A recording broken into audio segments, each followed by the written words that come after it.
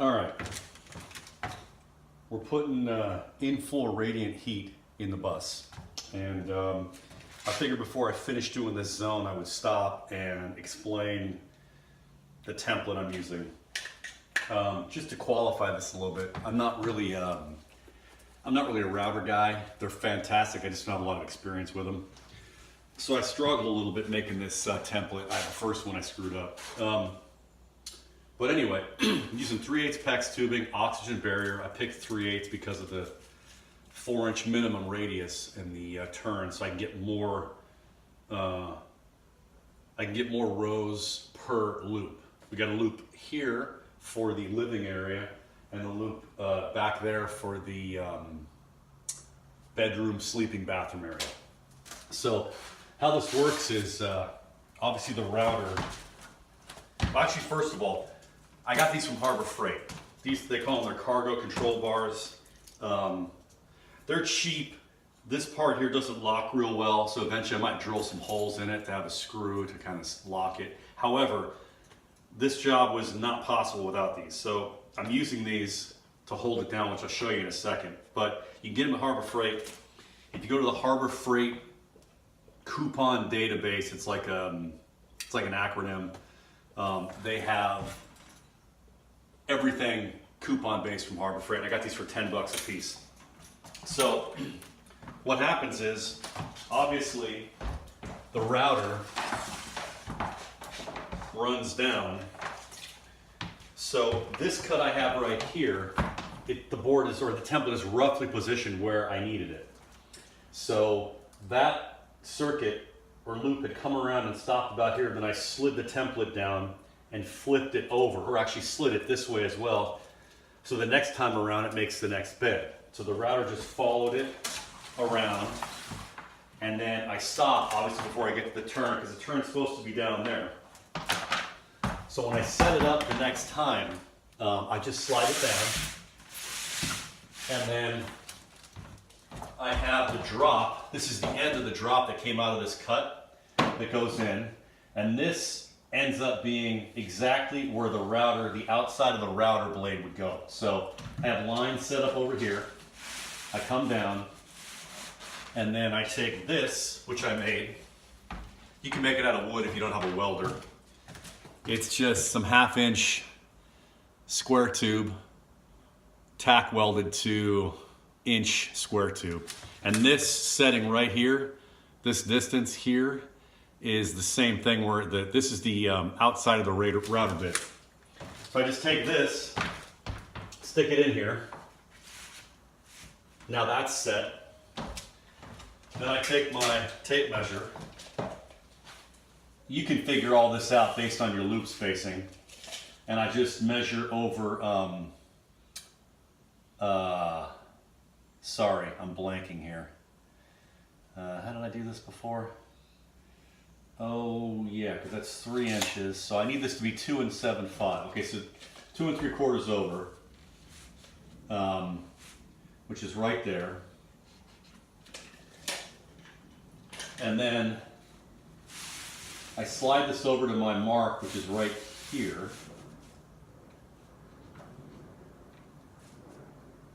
Check back in on this mark, and then pull that over a little bit. And now I'm set to go. So what I do is take the clamps, clamp them. And interesting, okay, this one will have to be on an angle. Again, you can't put too much tension on them because they'll slide in this connection right here. So slide it up.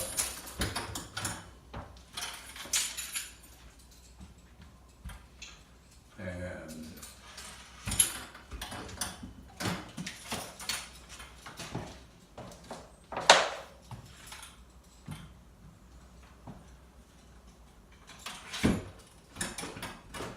take my little guides out. And actually, I screwed that up. That's why my mark didn't make sense over there. I'm just going to leave the screw up in there just to show you how fast it is. So I knew I was doing something wrong. That didn't make sense. Again, I'm not really a router guy, not meaning I don't want to be. I see the value and the usage of them. It's just, I'm new to them. So, and this is one of those measure twice, cut once, think 3 times things. So, I was being silly here because this row needs to return. So this is where it should be lined up. And now my little jigs will make sense. So now I stick this in. See, I had this little block here, which I was trying to use on the last shot. That's why I looked confused for a minute. So line this up, bring it over, come up here. Now I can measure properly. There's 3 inches in between the runs. So now this will make sense.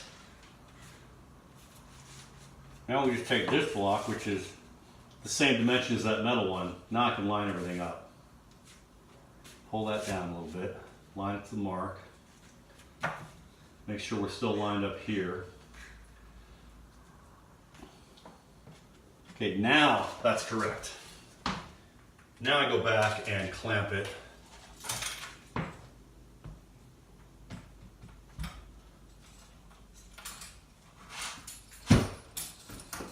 Which will also put me smack dab underneath that ventilator.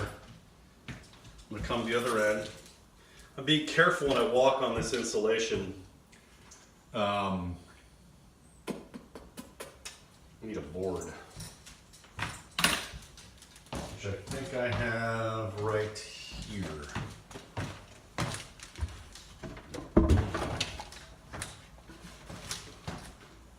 Yeah, it's a thin layer of foil on top of this insulation, and I'm being careful to not walk on it. It won't break, but I'm just trying to spend as little time on it as possible.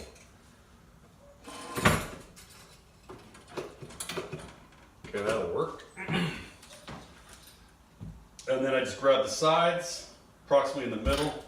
I was going to try to tape this down, but after doing it with the clamps, it wouldn't have worked. These just make it so fast.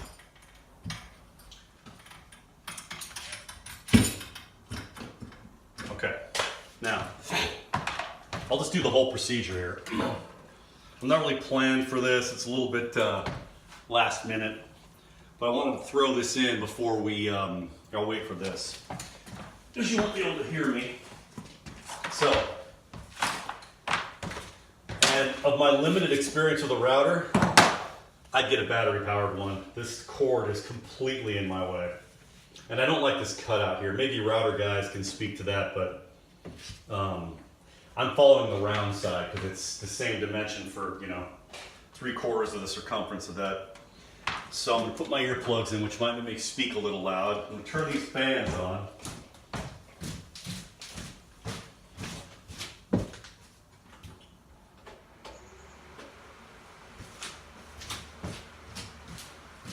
I'm walking funny because I'm trying to be careful of the floor. Okay, I'll turn this fan on last.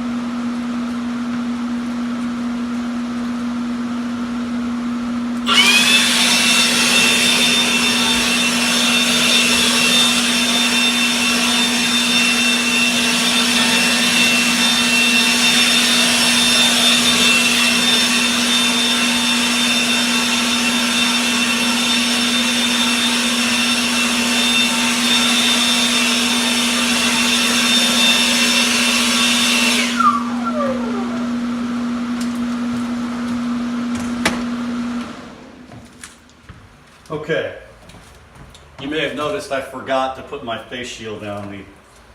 The videotaping was very distracting. Also something I'm fairly new to. Okay, so now here's the quick change, right? Drop the clamps. Don't forget there's a board up there. I'll tell you what. Boy, the pressure of video camera is something else. I'm trying not to over-edit everything and over-plan it just because I don't like it so much when I see things that just look too produced when it's like in a how-to kind of thing, because I know it's not true. I know this stuff is difficult. So, okay, so now on this end, I was able to put a line at the end for the board because it's consistent every time. Now you'll be able to see how fast this actually is. Stay away from your radius by quite a bit because I've also never felt like I'm that accurate with a jigsaw or a scroll saw, saber saw. So that little transition from the straight to the round ends up kind of going whoop for me, but again, if I spent more time with it, I'm sure it'd be okay. So now here's where this makes sense because it's quick. 3 inches. And this one, on this case, I don't need this because I got a line right here for the back of the board. Bring it here, check in down there, put your block in, line, block, that's done, it's set. Now, I just clamp again. So I'm going to clamp from the farthest away from me because it makes the most logistical sense, or movement sense. That is something I feel like I'm kind of good at. And I checked in on this because it's got a little bump to it. And really this isn't, I mean, I try to do as close to perfect as I can get without spending too much time. And then if I just keep doing that over and over, I end up getting better and closer to more accuracy. But at the same time, I try to remember, as I once heard, that perfect is the enemy of good. And I love that saying. That doesn't mean I don't want things perfect, but, you know, part of perfect is getting shit done in a timely manner. Or things done in a timely manner. I forget that I'm a family man now, so I gotta watch that potty mouth. So boom, that's set. And now as you see, well, I'll just run it. Some people might want to see this, I guess. I'll just run it again real quick. And if you don't, you can just stop the video here.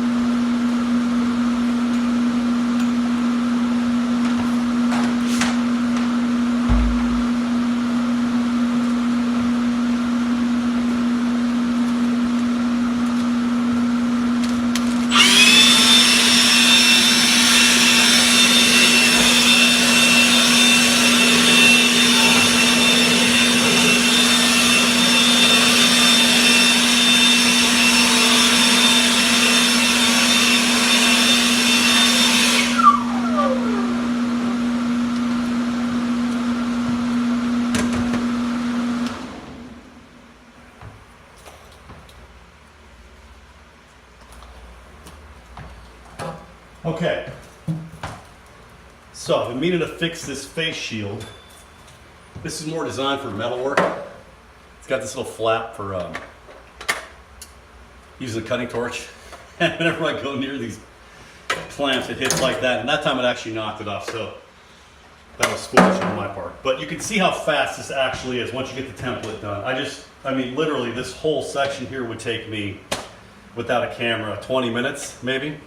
So my neighbor came over and said, why don't you just put shims down in there in between and blah, blah, blah, blah. And I said, well, here's the reason. I'm going to recap for a second. So what I'm doing is I pulled up, so there's about 1/8 of an inch steel down here in C channels.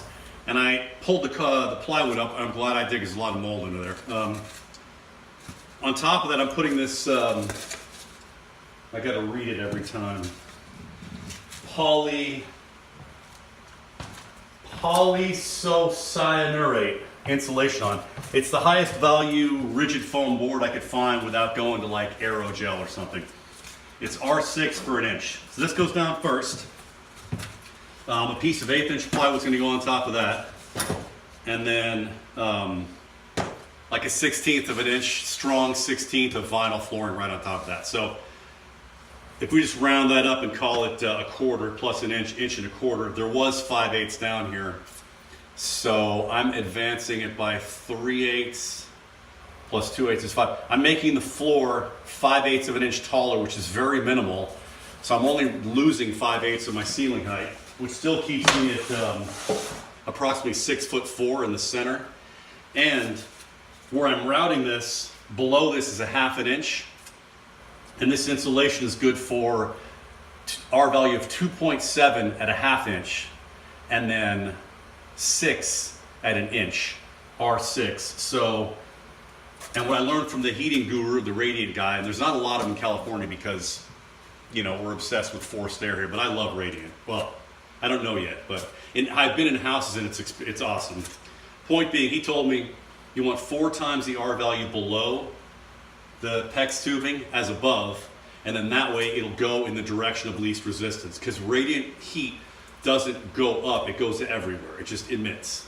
So important thing to consider, it's not an up thing. There was one more thing. Oh, and you have to use, well, you don't have to, you should use oxygen barrier heat tubing, PEX tubing, because the other stuff allows oxygen to get in, and that makes it difficult in your radiant system, because the radiant system has to get rid of air. I shouldn't be talking around this, I'm realizing as I see the camera.